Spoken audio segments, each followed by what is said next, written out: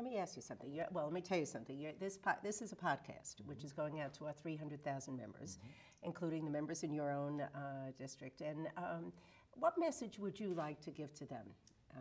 As a congressman, a first-term congressman who's seen a lot of things in these last couple of years, what would you like? What kind of message to our grassroots? Well, certainly the first thing that's very exciting is to acknowledge the work that Hadassah does, and both in Israel and at home. My mother was a member of Hadassah many years ago. I've had the chance to work with some wonderful community leaders in South Florida in my district. But I remember that growing up. I had an aunt in Columbus that was president of her chapter. So we have a long family tradition in Hadassah and a very strong belief.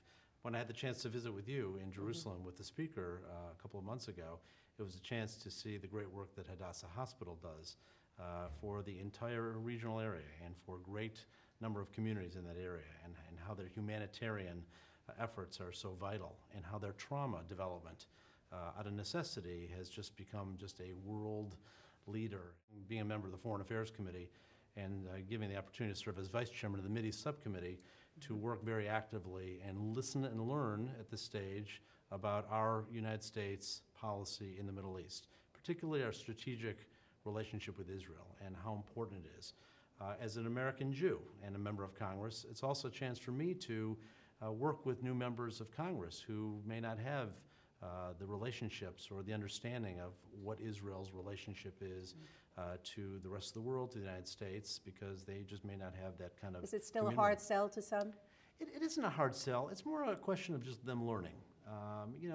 The kind of anti-Semitism that was prevalent many years ago in many parts of the United States, it's obviously still there in certain parts of the United States. But in Congress, there's a good bipartisan support of the state of Israel and its needs.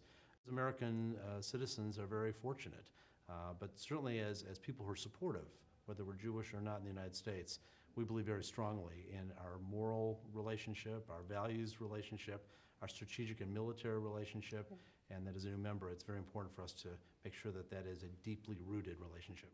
So we look at the Israeli-Palestinian and the Israeli-Arab situation, and we know that it is very focused on the military and the political side, and it is, and it can't be, those are the first things that have to get resolved to the safety and security of Israel.